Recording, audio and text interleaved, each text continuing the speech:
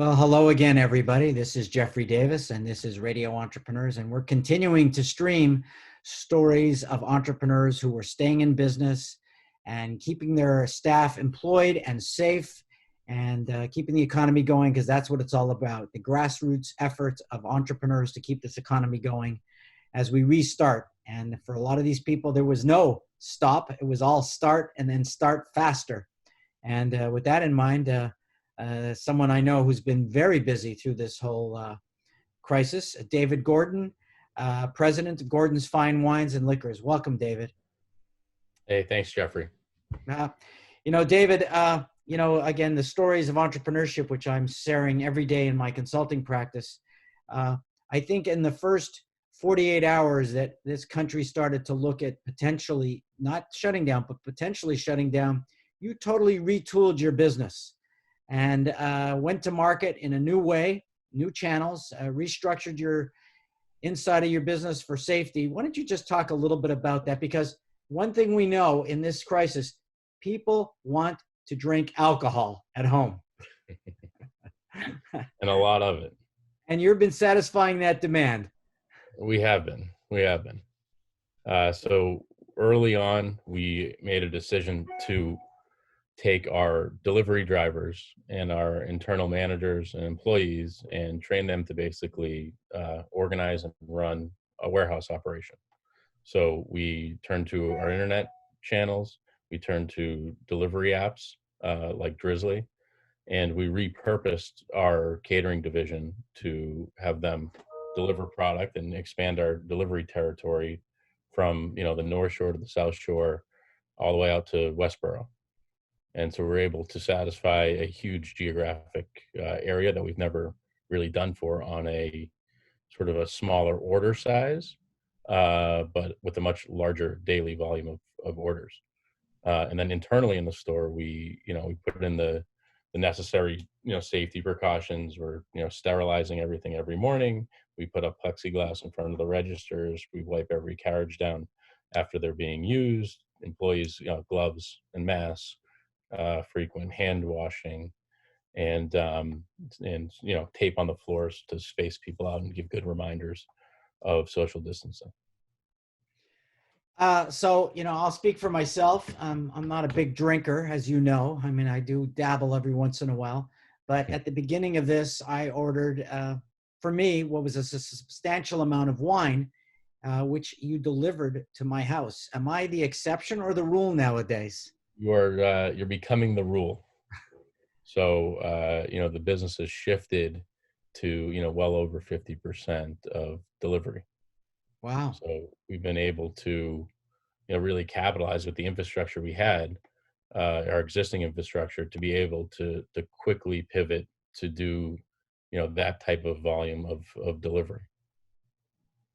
And does your delivery, does it tend to focus in a specific geographic region? No, we're, Boston, Cambridge, Somerville, Weymouth, Quincy, Needham, Canton, Newton, Waltham, Weston, Woburn. I mean, you name it. Now you're a third generation family business, and that's fourth generation. You see, I can't count, I guess. Fourth generation family business, and as you know, family businesses always struggle with transitions. What I've always said to my families over the last 2 months is, before you may have chosen, maybe inappropriately, the timetable for change, but COVID has forced families to make change much quicker. You are lucky enough that you still work with your father and your brother, but I assume that the rules for working in the business have changed quite dramatically. Are you free to talk a little bit about that for the family businesses that are listening? Sure. We just give me one sec, Jeff. It's forced the older generation to take some more time off, if you will. It's caused just because of the generation gap and sort of the knowledge base of internet related things and non-typical retail channels. It's sort of forced certain issues and protocol to have to occur quickly on the fly.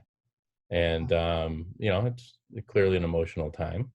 And it's but it's also a time that, we've, as a company, we've been able to pull ourselves together and react, appropriately, and give ourselves the necessary, bandwidth. And I'd say that, this wouldn't really happen if our employees didn't buy in right away.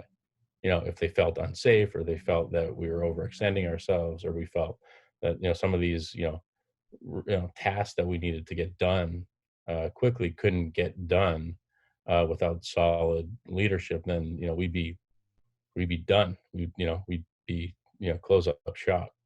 So, the timing of everything, the way it all came together, was really critical to this.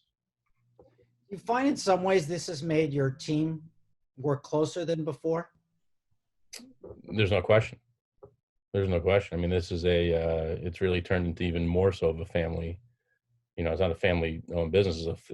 We're a family right now. We're all in the trenches every day, trying to triage and figure things out and make sure deliveries get out. But, it's an emotional time for everybody. So, most leaders I speak to tell me it's not that they're going out of business; they're actually working harder and faster than ever before. Uh, I've seen you before. You look a little bit tired, which might be a good sign. Have your work habits changed a little bit over the last 6 weeks? Oh yeah, completely, completely. We're the hours of operation have changed. We're, in here much earlier in the morning to get things set for the day.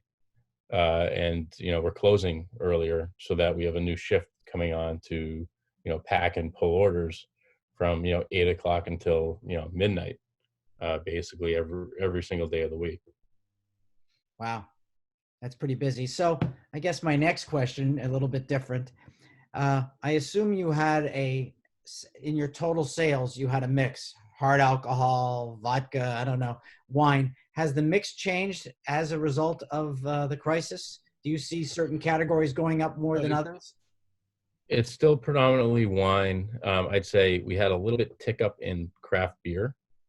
And I'd say that because I think that business went to a lot of the grocery stores, and that was the trend. And I think because of our ability to deliver, that's ticked up for us.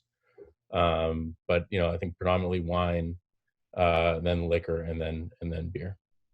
Oh, okay.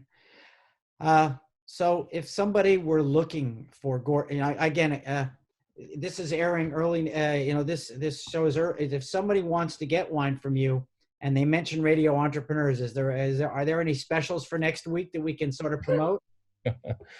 How about free delivery?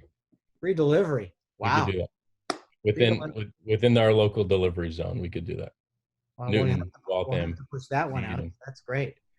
And if somebody was interested in getting an order so that they can continue to stay home, hunker down, eat well, but drink well, how would they order from Gordon's, connect with Gordon so that they could do these things?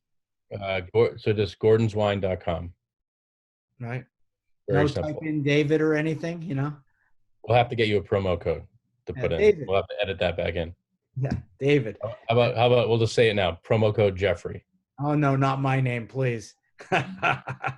Oh yeah. My partner will be coding in. So so that's good to know. And any phone numbers if someone do you accept phone So calls? call in. We also, so I mentioned, we're doing curbside pickup as well. You can call 781-893-1900 to place an order. Great. David, continued success. I know right now everyone I talk to tells me drinking has become a very important part of their lives. It is. Responsible drinking. Responsible. The one thing that's probably happening is that the curve of drinking is going up, but the drunk driving is going down. No one's driving. Yeah, there's no driving. So that's the good part. This is the time to drink because you can't drive. So I want to thank you. I always like to do that responsible part. I want to thank you for being on the show. We know you're going to come back again in the next few weeks, correct? That's right. Anytime, Jeff. Good. And you are one of the sponsors of Radio Entrepreneurs. We've always tried to promote that we appreciate the support, even though you don't come on too often. We're going to take a break, remind everyone, this is Radio Entrepreneurs, and we're going to continue to tell the stories of entrepreneurs staying in business and being successful during these times. Thanks, David.